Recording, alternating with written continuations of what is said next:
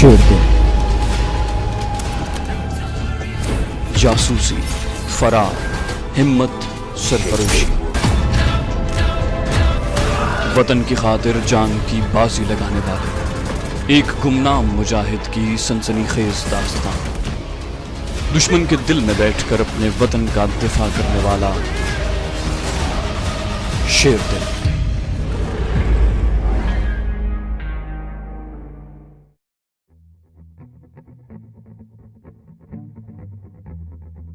Board वाला मंदिर हनुमान का मंदिर था। काफी बड़ा मंदिर था। उसके अहाते में जगह जगह हनुमान की मूर्तियां लगी हुई थी। एक तरफ छोटी छोटी कोठरियां बनी हुई थी। कोने में ऊंचे चबूतरे पर तिकोने मीनार वाले मंदिर की इमारत थी। हिंदू औरतें और मर्द पूजा करने आ रहे थे। मैं एक मलंग के भेष में था, मगर ये जाहिर नहीं होता था कि मैं मुसलमान हूँ। मेरे बालों और लंबे गेरुए कुर्ते से ये ज्यादा नुमाया था कि मैं हिंदू जोगी हूँ। ऐसा मैंने जानबूझकर किया था। मैं भी मंदिर के अंदर चला गया। हनुमान की मूर्ति के आगे हाथ बांधकर उसे प्रणाम किया। सर बिल्कुल न झुकाया। फिर बाहर आकर अहाते में एक तरफ होकर बैठ गया और आते जाते आदमियों को गौर से देखने लगा। मुझे इन लोगों के चेहरों में भास्कर, शिवा और पाटीकर की तलाश थी। मैं काफी देर तक वहां बैठा रहा, मगर ये तीनों चेहरे नजर न आए। दोपहर का खाना मैंने वहीं एक लंगर पर से खाया और वापस अपनी जगह पर आकर बैठ गया। वहाँ कई दूसरे जोगी और साधु लोग भी बैठे हुए थे। मंदिर में से घंटियों की आवाज के साथ जय बजरंग बली के नारों की भी आवाज कभी कभी आ जाती। बैठे बैठे शाम हो गई। भास्कर, शिवा वगैरह मुझे कहीं नजर न आए। मुझे यकीन सा होने लगा कि वो यहाँ से जा चुके हैं, मगर मैंने हिम्मत न हारी और रात वहीं गुजारने का फैसला किया। मेरे पास काफी पैसे मौजूद थे। मैंने एक पुजारी को 10 रुपए का नोट देकर कहा, भैया मैं कैलाश पर्वत का साधु मलंग हूँ। यहाँ हनुमान जी के मंदिरों की यात्रा को आया हूँ। रात बसर करने का कोई अच्छा सा ठिकाना मिल जाए तो बेहतर होगा। पुजारी ने एक कोठरी खोल दी और कहा, महाराज यहाँ आराम करें। किसी चीज की जरूरत हो तो मुझे बता दें। यहाँ आपसे कोई कुछ नहीं पूछेगा। कोठरी में चारपाई पर बिस्तर लगा हुआ था। एक पुराना सा कंबल भी पड़ा था। मैंने कहा, बस ठीक है बाबा लोग, हम यहाँ रात काट लेंगे। हमें किसी चीज की जरूरत नहीं है। जब वो जाने लगा तो मैंने उसे बुलाकर कहा, भैया हमें यहाँ से आगे महाराष्ट्र में हनुमान जी के मंदिरों की यात्रा को जाना है। तुम महाराष्ट्र के बारे में हमें कुछ बता सकते हो कि यहाँ हनुमान जी के मंदिर किस किस जगह हैं? या अगर कोई ऐसा पुजारी है जिसका ताल्लुक महाराष्ट्र से हो तो मैं उससे पूछ लूंगा। पुजारी कुछ सोच कर कहने लगा, यहाँ महाराष्ट्र का तो कोई पुजारी नहीं है, सारे पंजाब के रहने वाले हैं। हाँ, यहाँ 2-3 आदमी कुछ अरसे से आए हुए हैं। वो बड़े पुजारी जी के मेहमान हैं। वो तीनों मराठी हैं और महाराष्ट्र के रहने वाले हैं। उम्मीद की बुझती हुई शमा फिर से रोशन हो गई।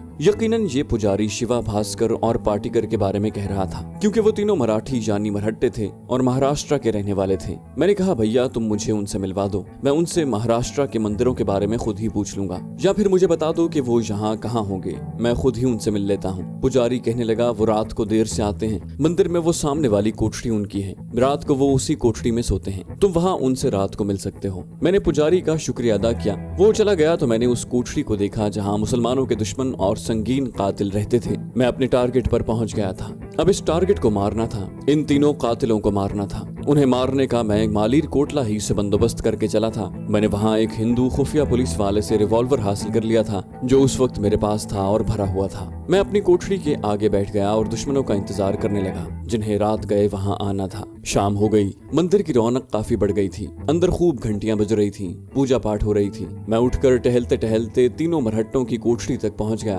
कोठरी पर ताला पड़ा हुआ था। वो लोग अभी तक नहीं आए थे। मैं लंगर की तरफ चल दिया। वहाँ थोड़ा बहुत खाना खाया और अपनी कोठरी में आकर दरवाजे के पास चारपाई घसीट कर उस पर बैठ गया। थोड़ी थोड़ी देर बाद मैं कोठरी की तरफ देख लेता। रात आधी हो चुकी थी। मंदिर में खामोशी छाई हुई थी। मैंने 3 आदमियों को मंदिर के दरवाजे में से गुजरकर कोठरी की तरफ आते देखा। तीनों झूम रहे थे और आपस में ऊंची आवाज में मजाक कर रहे थे। वो दरवाजा खोलकर कोठरी में चले गए और दरवाजा बंद कर लिया। ये मुसलमानों के कातिलों के सिवा और कोई नहीं हो सकते थे। अब मुझे उसकी तस्दीक करनी थी। इसके लिए उनके पास जाना जरूरी था। और साधु जोगी लोग वो होते हैं जो हिंदू समाज में किसी भी जगह जय बजरंग बली का नारा लगाकर जा सकते हैं। उन्हें कोई नहीं रोकता। मेरे सामने भी यही एक तरकीब थी। चुनाचे मैंने उठकर चारपाई को पीछे किया, कोठरी से निकलकर उसका दरवाजा बंद किया और सीधा 3 मराठों की कोठरी की तरफ चला गया। जय बजरंग बली का नारा लगाया। अंदर से तीनों आदमियों के हंसने और मजाक करने की आवाजें आ रही थी। मैंने दरवाजे पर दस्तक दी तो अंदर से किसी ने करख्त आवाज में पूछा, अबे कौन है? मैंने कहा, मुझे हनुमान जी ने तुम्हारे पास भेजा है, दरवाजा खोलो। जैसा कि मैं पहले भी कई बार बयान कर चुका हूँ, हिंदुओं का ताल्लुक खा किसी भी फिरके से हो और वो चाहे कितना पढ़ा लिखा हो, मजहब और देवी देवताओं के मामले में बेहद ज़ईफुल एतकाद होता है और जोगी योगी साधुओं के श्राप यानी बद्दुआ से ये लोग बहुत डरते हैं। हनुमान का नाम सुनते ही कोठरी का दरवाजा खुल गया। मैंने देखा कि रोशनी हो रही थी और मेरे सामने उन 3 शक्लों में से जिनकी फोटो मुझे हाजी साहब ने दिखाई थी, एक शक्ल खड़ी हुई थी। ये शिवा था या भास्कर था या पाटिकर, बहरहाल उन तीनों में से एक था। मैंने बाकी दोनों को भी पहचान लिया। ये सूरत के मुसलमानों के कातिल थे और मुसलमान औरतों की इज्तिमाई बेहुरमती कर चुके थे। किसी ने पीछे से आवाज दी, ओ शिवा, कौन है ये साधु बाबा? शिवा मेरे सामने खड़ा था, कहने लगा हनुमान जी का पुजारी है। मैंने हाथ ऊपर उठा लिया और बड़ी रूपदार आवाज में संस्कृत का एक श्लोक पढ़ा और कहा, तुम बड़े भागवान हो, हनुमान जी तुमसे बड़े खुश हैं। हमें कुछ खिलाओ पिलाओ, हम तुम्हारे आश्रम से कुछ खाए पिए बगैर नहीं जा सकते। ये हनुमान जी का हुक्म है। शिवा ने हाथ बांध लिए और कहा, अंदर आ जाओ साधु महाराज। शिवा थोड़ा थोड़ा झूम रहा था। उसने दरवाजा बंद कर दिया। मैं वहीं जमीन पर जय बजरंग बली का नारा लगाकर बैठ गया। मैंने देखा कि अंदर 3 चारपाइयां बिछी हुई थी। उनके दरमियान छोटी सी मेज पर शराब की बोतल और 3 बड़े गिलास पड़े थे। पास ही पानी से भरा हुआ जग पड़ा था। पाटिकर और भास्कर को भी मैंने पहचान लिया था। तीनों ने पहले ही से शराब पी रखी थी और कोठरी में आकर मजीद शराब पीने लगे थे। उनके लिबास मामूली से थे। किसी ने कुर्ता पाजामा और किसी ने पतलून बुशर्ट पहनी हुई थी। तीनों के रंग गहरे सांवले थे और बाल भी काले स्याह और घुंघरियाले थे। पाटिकर और भास्कर चारपाइयों पर नीम दराज होकर बैठे सिगरेट पी रहे थे। पाटिकर ने हंसकर कहा, साधु महाराज, हमारे पास तो इस वक्त शराब ही है, कहो तो तुम्हें भी एक गिलास बना दें। मैंने जय बजरंग बली का नारा लगाया और कहा, बच्चा, हम दारू नहीं पीते, तुम अपने हाथ से पानी पिलाओ तो हम खुश हो जाएंगे, क्योंकि तुमसे हनुमान जी बड़े खुश हैं। भास्कर ने नशे में सर हिलाते हुए कहा, साधु महाराज, हनुमान जी हमसे क्यों खुश हैं? मैंने कहा, हनुमान जी ने मुझे कहा है कि तुम भारत माता के सच्चे सपूत हो और इस देश में रामराज कायम करना चाहते हो और मलिच्छ मुसलमानों का नाश मार देना चाहते हो। भास्कर ने हंसकर कहा, साधु महाराज, हनुमान जी ने ये बात तो बिल्कुल ठीक कही है। ठहरो, हम तुम्हें मिठाई खिलाते हैं। उसने उठकर संदूक में से एक डिब्बा निकाला जिसमें 4-5 लड्डू थे। शिवा और पाटिकर भी मुस्कुराते हुए मेरी तरफ देख रहे थे। पाटिकर बोला, महाराज, ये आपकी ही किस्मत के थे, वरना मैं तो कल रात सारे लड्डू खाने लगा था। मैंने एक लड्डू उठाते हुए कहा, बेटा, ये लड्डू हनुमान जी की अमानत थे, उन्होंने अपने लिए बचा लिए थे। मैं मजे से लेकर लड्डू खाने और झूमने लगा। मैंने कहा, बच्चा, क्या तुम हमें इतनी इजाजत दोगे कि हम यहाँ हनुमान जी के प्यारों के चरणों में धरती पर कुछ देर बैठ सकें? शिवा, भास्कर और पाटिकर तीनों ने खुश होकर कहा, बैठे रहो साधु महाराज, बेशक बैठे रहो, मगर हमें दारू पीने से मना न करना। मैंने हाथ ऊपर उठाकर कहा, जय बजरंग बली, हम कौन होते हैं हनुमान जी के प्यारों को मना करने वाले? तुम अपना काम किए जाओ, हम थोड़ी देर यहाँ बैठेंगे, फिर चले जाएंगे। तीनों पीने पिलाने में लग गए। पहले भी उन्होंने पी रखी थी। कोठरी में आने के बाद वो एक और बोतल निकाल कर खाली कर गए। वो नशे में धुत हो गए थे। उनकी हालत ये थी कि जहाँ कोई बैठता वहीं लेट जाता। कोठरी की बत्ती जल रही थी। तीनों कातिल बदमाश बेहोश पड़े हुए थे। दरवाजा बंद था। अब मुझे गोली चलाने की जरूरत नहीं थी। मैं फिक्रमंद था कि रिवॉल्वर के फायर का धमाका होगा। लोग उठकर कोठरी की तरफ आ गए तो मामला खराब हो जाएगा। उन लोगों ने अपनी मौत को खुद ही आसान बना दिया था। मैंने दरवाजे की दर्ज में से झांक कर बाहर देखा। मंदिर का अहाता रात के सन्नाटे में सुनसान पड़ा हुआ था। मैंने दरवाजे की कुंडी लगा दी और सबसे पहले भास्कर की तरफ बढ़ा। मैंने उसकी गर्दन पर चादर का पल्लू डाल दिया ताकि गला दबाने से गर्दन पर मेरी उंगलियों के निशान न पड़ जाएं। उसके बाद मैंने दोनों हाथों से उसकी शहरक को दबाना शुरू कर दिया। भास्कर के बदन में झुरझुरी सी पैदा हुई। मैंने दबाव बढ़ा दिया और फिर सारा जोर लगा दिया। भास्कर तड़पा। उसकी आंखें एक बार अपने आप पूरी खुली और फिर अपने आप बंद हो गईं। वो नशे में धुत था। मुझे बमुश्किल 1.5 या ज्यादा से ज्यादा 2 मिनट लगे होंगे। भास्कर का सांस रुक गया था। उसके दिल की धड़कन बंद हो चुकी थी।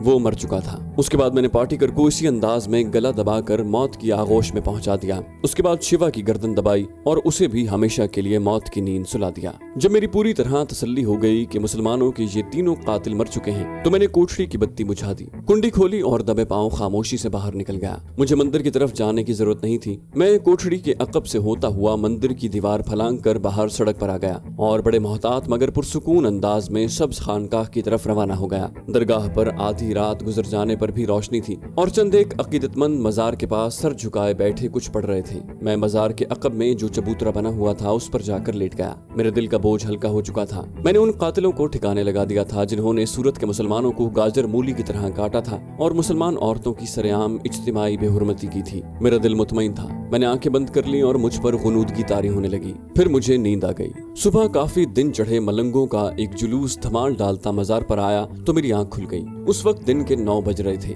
मैंने उठकर हाथ मुंह धोया, लंगर की चाय पी और मजार को खैरबाद कहकर जालंधर सिटी के पुलिस हेडक्वार्टर की तरफ चल पड़ा। एसपी हरपाल सिंह मुझे अपने ऑफिस में मिल गया था। उसके पास 2 थानेदार और एक सिख हवालदार खड़ा था। वो थानेदारों से बातें कर रहा था। मैंने अंदाजा लगाया कि मंदिर में 3 आदमियों के कत्ल पर बातें हो रही हैं। मैं उसके करीब से होकर उसे जोर से प्रणाम करता हुआ सामने वाले कमरे की तरफ चला गया। हरपाल सिंह ने मुझे कमरे में इंतजार करने का इशारा किया। कमरे में जाते ही मैंने नकली दाढ़ी और नकली बालों की विग उतार दी। इतने में एसपी हरपाल सिंह भी आ गया। उसके चेहरे से परेशानी टपक रही थी। कहने लगा, सर, हनुमान जी के मंदिर में रात 3 आदमियों का खून हो गया है। मैंने कहा, मैंने भी ये खबर मजार शरीफ पर सुनी है। कौन लोग थे? एसपी हरपाल सिंह बोला, तीनों महाराष्ट्र से वहाँ आए हुए थे। उन्हें गला दबाकर हलाक किया गया है। उन्होंने शराब पी रखी थी। किसी दूसरी बदमाश पार्टी का काम लगता है। ये लोग रातों को बाजार हुस्न में गाना सुनने भी जाया करते थे। डोंट वरी सर, ये तो होता ही रहता है। आप सुनाएं कि आपका मिशन कहाँ तक पहुँचा। मैंने नकली दाढ़ी और नकली बालों की विग को एक तरफ रखते हुए कहा, सरदार जी, मेरा मिशन तो लंबा लगता है, लेकिन मैंने फैसला किया है कि सबसे पहले उस पाकिस्तानी जासूस को कुरेदने की कोशिश की जाए जो यहाँ सिटी जेल में बंद है। हरपाल सिंह बोला, जैसे आपकी मर्जी सर, हम हर तरह से तैयार हैं। मैंने कहा, तुम लोग आज शाम को अपनी स्कीम पर अमल शुरू कर दो। हरपाल सिंह कहने लगा, फिर आप शाम तक इस कमरे में रहें, बिल्कुल भी बाहर न निकलें। मैंने कहा, मुझे बाहर जाने की जरूरत नहीं है, लेकिन मैं दिल्ली हेडक्वार्टर में चीफ को एक जरूरी पैगाम पहुंचाना चाहता हूं। क्या आपके यहाँ रेडियो ट्रांसमीटर मौजूद है? हरपाल सिंह उठा और बोला, क्यों नहीं सर, हमारे हेडक्वार्टर में सब कुछ मौजूद है, आप हमारे साथ आ जाएं। वो मुझे एक छोटे कमरे में ले गया जहाँ कोने में लंबी मेज थी जिस पर रेडियो ट्रांसमीटर रखे हुए थे। एक सिख ऑपरेटर खुफिया कोड में कोई पैगाम नशर कर रहा था। मैंने हरपाल सिंह से कहा, मैं चीफ को तन्हाई में पैगाम पहुंचाना चाहता हूं। वो बोला, बेफिक्र रहें सर, मैं अभी इस आदमी को बाहर भिजवा देता हूं। हरपाल सिंह ने ऑपरेटर को इशारा किया। ऑपरेटर ने अपने पैगाम को मुख्तसर किया और ट्रांसमीटर रूम से बाहर निकल गया। उसके बाद हरपाल सिंह भी चला गया। मैं ट्रांसमीटर रूम में अकेला रह गया था। मैंने ट्रांसमीटर्स का जायजा लिया। छोटे बड़े 5 ट्रांसमीटर्स थे। इनमें वायरलेस सिग्नल देने वाले ट्रांसमीटर भी थे और छोटे रेडियो ट्रांसमीटर भी थे जिन पर दूसरी तरफ की बात सुनी भी जा सकती थी, सिर्फ सिग्नल ही नहीं दिए जाते थे। मुझे इसकी जरूरत थी। मुझे लाहौर 2-3 खुफिया पैगामात पहुंचाने थे। फ्रीक्वेंसी का मुझे इल्म था, कोड भी मालूम था, लेकिन मैं शॉर्ट हैंड में ही बात कर सकता था। खुफिया कोड की वजह से जालंधर सिटी पुलिस के मॉनिटर मेरे सिग्नल को बिल्कुल नहीं समझ सकते थे, इसलिए मैं बेफिक्र था। मैंने कुर्सी पर बैठकर ट्रांसमीटर ऑन किया, अपनी मतलूबा फ्रीक्वेंसी मिलाई और पहला सिग्नल दिया। दूसरी जानिब से फौरन जवाबी सिग्नल मौसूल हुआ। मैंने कोड अल्फाज में कहा, कौन है? दूसरी जानिब से खुफिया जबान में कहा गया, बट साहब। मैंने खुफिया जबान में अपना नंबर और नाम बताया और कहा, सब काम ठीक हो रहा है। भारत के फिरौन का तो मैंने पूरा एतमाद हासिल कर लिया है। जालंधर के जुनूब में इंडिया दूर मार मिसाइल नस्ब कर रहा है। ये एक टीले के अंदर लगाए जा रहे हैं। पूरी तफसील फिर बताऊंगा। मेरे हमशक्ल की पूरी कड़ी निगरानी करें। अगर असली धर्मचंद फरार होकर इंडिया पहुंचने में कामयाब हो गया तो सारा काम खराब हो जाएगा। बट साहब ने खुफिया जबान में कहा, ऐसा कभी नहीं होगा। वो शख्स कैद में बंद है और कड़ी निगरानी में है। मैंने कहा, मेरे दूसरे खुफिया पैगाम का इंतजार करें। मैंने ट्रांसमीटर बंद करके रिसीवर रख दिया। ये पैगाम भट्ट साहब तक पहुंचाना बहुत जरूरी था, जो मैंने दुश्मन के ट्रांसमीटर को इस्तेमाल करके पाकिस्तान पहुंचा दिया था। जब रात हो गई तो मैंने एसपी हरपाल सिंह के साथ खाना खाया। उसने मुझे सारा मंसूबा एक बार फिर समझाया और बोला, सर, आपको जरा सा भी टॉर्चर नहीं किया जाएगा, लेकिन जेल के कैदियों में ये मशहूर कर दिया जाएगा कि एक पाकिस्तानी कमांडो पकड़ा गया है जिससे पूछगिछ हो रही है और उसे बहुत ज्यादा टॉर्चर किया जा रहा है। खाना खाने के बाद कुछ देर तक मैं और हरपाल सिंह बातें करते रहे। उसने मुझे एक बार फिर बताया कि मुझे दोनों पाकिस्तानी जासूसों में से सिर्फ एक जासूस की कोठरी में फेंक दिया जाएगा। आगे उस कश्मीरी या पाकिस्तानी कमांडो से उसके साथियों और उनके ठिकानों वगैरह का सुराग लगाना मेरा काम होगा। मैंने कहा, ये काम मैं कर लूंगा, मुझे ये काम करना आता है, लेकिन एक बात जरूर जहन में रखना कि मैं दिन में या रात में किसी वक्त किसी ख्वाहिश का इजहार करूं तो उसे फौरन पूरा किया जाए। एसपी हरपाल सिंह कहने लगा, सर, ये तो हमारा फर्ज है, आपको कुछ कहने की जरूरत ही नहीं है। मैंने जेल के मुतल्लिका अमले को आपके बारे में सब कुछ बता दिया है। हर कोई आपका ख्याल रखेगा। अब चलिए मेरे साथ दूसरे कमरे में ताकि आपको कैदियों वाले कपड़े पहना दें।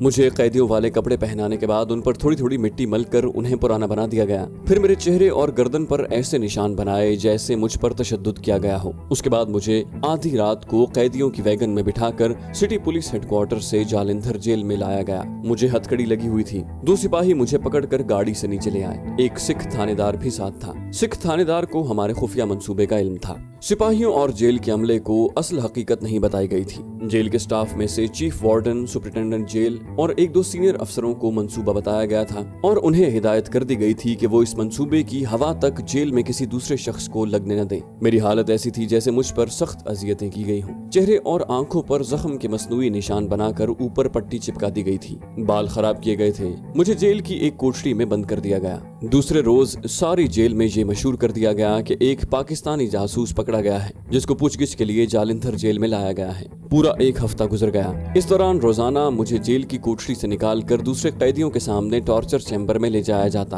वहाँ जेल के चीफ वार्डन और सिख थानेदार के अलावा और कोई शख्स मौजूद न होता। मैं उन लोगों के दरमियान कुर्सी पर बैठ जाता। थोड़ी देर बाद मैं 2-4 बड़ी भयानक किस्म की चीखों की आवाज निकालता। ये बहुत जरूरी था ताकि जेल के बाहर जो कैदी थे या अमले के आदमी थे उन पर यह साबित हो सके कि पाकिस्तानी जासूस पर तशद्दुद हो रहा है। इसी तरह एक हफ्ता मजीद गुजर गया। उसके बाद मुझसे मुशक्कत ली जाने लगी। ये हमारे मंसूबे का एक हिस्सा था। मुशक्कत के वक्त मुझे दूसरे कैदियों के साथ जेल के बहुत बड़े लॉन में घास काटने और पौधों की गोडी करने पर या लंबी बैरक में रस्सियां बटने पर लगा दिया जाता। मुझे उन 2 पाकिस्तानी जासूसों में से एक पाकिस्तानी जासूस की शक्ल दिखा दी गई थी जो पहले से जेल में बंद थे और जिनके साथ मुझे दोस्ती डालकर उनसे भारत में रूपोश पाकिस्तानी जासूसों के बारे में मालूम करना था। एक रोज मुझे मौका दिया गया कि जिस जगह उन दोनों पाकिस्तानी जासूसों में से एक जासूस मुशक्कत कर रहा है मैं भी उसके करीब जाकर काम करूं। पाकिस्तानी जासूस या कमांडो बैरक के बरामदे में एक तरफ बैठा रस्सियां बट रहा था। मैं भी उसके करीब जाकर बैठ गया। एक सिपाही मेरे सर पर खड़ा था। वो मुझे गालियां देने लगा। उसे बिल्कुल इल्म नहीं था कि मुझे एक सोची समझी स्कीम के तहत वहां लाया गया है। वो मुझे पाकिस्तानी जासूस ही समझ रहा था।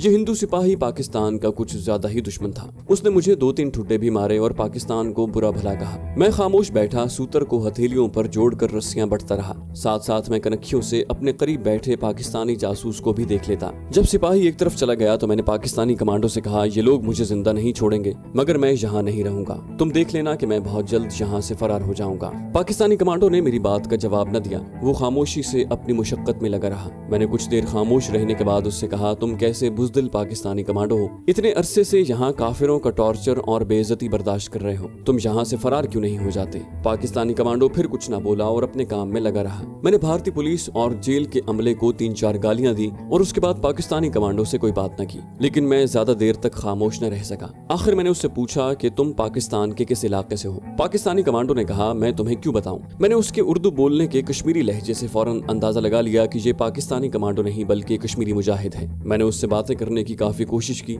लेकिन कश्मीरी कमांडो हूँ हाँ में जवाब देता रहा। इसकी वजह साफ जाहिर थी। वहाँ ये बड़ी आम बात थी कि जेल का अमला कभी कभी अपनी तरफ से कैदी डालकर दूसरे कैदियों से राज मालूम करने की कोशिश करता है। कश्मीरी कमांडो भी यही समझ रहा था कि मैं पुलिस का मुखबर भी हो सकता हूँ जो पाकिस्तानी जासूस के भेस में वहाँ डाल दिया गया हूँ। हर दूसरे दिन रात को मेरी और एसपी हरपाल सिंह की खुफिया मुलाकात होती थी जिसमें मुझसे पूछा जाता था कि मुझे अपने मिशन में कहाँ तक कामयाबी हुई है। एक रात हमारी जेल के अंदर ही एक जगह खुफिया मुलाकात हुई तो मैंने एसपी हरपाल सिंह से कहा, सरदार साहब, ये पाकिस्तानी जासूस मुझे हाथ नहीं पकड़ा रहे। इसको शक है कि मैं पुलिस का आदमी हूँ और नकली पाकिस्तानी जासूस बनकर उससे राज मालूम करने वहाँ डाला गया हूँ। हरपाल सिंह ने पूछा, सर फिर तो आप हमें मशवरा दें, इसका तोड़ कैसे ढूंढा जाए, क्योंकि जब तक इन पाकिस्तानी जासूसों के दिल से ये शक दूर नहीं हो जाता वो आपको कुछ नहीं बताएंगे। मैंने कहा, इसका एक ही इलाज है और वो इलाज ये है कि मैं इन दोनों कश्मीरी कमांडोस को जेल से फरार करवाने में कामयाब हो जाऊं। हम तीनों फरार हो जाएं, उन्हें यकीन हो जाए कि वो सिर्फ मेरी कोशिशों से फरार हुए हैं। उसके बाद उन्हें यकीन हो जाएगा कि मैं पुलिस का आदमी नहीं हूँ बल्कि उनका साथी और पाकिस्तानी कमांडो हूँ। उसके बाद वो मुझे जरूर अपने खुफिया ठिकाने पर ले जाएंगे ताकि वहाँ वक्ती तौर पर रूपोश होकर वो आगे कश्मीर या पाकिस्तान की तरफ निकल जाएं। उसके बाद जब वो वहाँ से निकलेंगे तो मैं आप लोगों को खुफिया तौर पर खबर कर दूंगा और आप अचानक छापा मारकर हमें गिरफ्तार कर लेंगे। यूं सांप भी मर जाएगा और लाठी भी नहीं टूटेगी। दोनों कमांडोज दोबारा पकड़ लिए जाएंगे और हमें उनके खुफिया ठिकाने और उनके दूसरे साथियों का अगर कोई होंगे तो इल्म भी हो जाएगा। एसपी हरपाल सिंह को मेरी तजवीज पसंद आई। कहने लगा, सर आप फरार की स्कीम तैयार कर लें, आप जिस तरह कहेंगे हम उसी तरह करेंगे। मैंने अपने जहन में एक तरकीब तैयार कर ली। अब सिर्फ जेल में बंद दोनों कश्मीरी मुजाहिदों को एतमाद में लेना बाकी था। एक हफ्ते बाद मुझे इसका मौका भी मिल गया। मैंने एसपी हरपाल सिंह को बताया कि आज शाम जेल के वार्डन को क्या करना होगा। उस रोज शाम के वक्त तयशुदा स्कीम के मुताबिक दोनों कश्मीरी कमांडोज को जेल के पीछे खेतों में मुशक्कत पर लगा दिया गया। मैं भी वहाँ पहले से खेतों में गोडी कर रहा था। मैं काम छोड़कर चुपके से से झाड़ियों की ओट में कश्मीरी कमांडोज के पास आया और इधर उधर देखकर कहा, मैंने तो यहाँ से फरार होने का मंसूबा बना लिया है, अगर तुम चलना चाहते हो तो मेरे साथ चलो। इस तरह घुट घुट कर मरने से एक बार फरार की कोशिश से मर जाना बेहतर है। मैं उनसे बात कर ही रहा था कि स्कीम के मुताबिक 2 जमादार और एक संतरी वहाँ पहुँच गए। संतरी ने आते ही मुझे धक्का देकर गिराया और गाली देकर कहा, तुमको यहाँ आने की इजाजत किसने दी? उसके साथ ही दोनों जमादारों और संतरी ने मुझ पर लातों और घूंसों की बारिश शुरू कर दी। उन्हें हमारे मंसूबे का इल्म था, चुनाचे मुझे इस तरह मार रहे थे कि ज्यादा चोट न लगे। वो मुझे घसीटते हुए बैरक में ले आए। यहाँ आकर उन्होंने मुझे एक अंधेरी कोठरी में बंद कर दिया।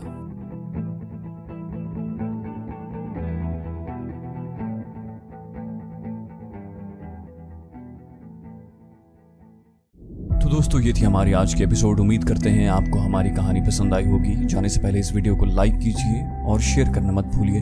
कमेंट करके हमें बताइए कि आपको हमारी वीडियो कैसी लगी। और अगर अभी तक आपने इस चैनल को सब्सक्राइब नहीं किया तो इसे सब्सक्राइब कीजिए और बेल आइकन दबाकर ऑल नोटिफिकेशंस ऑन कर लीजिए।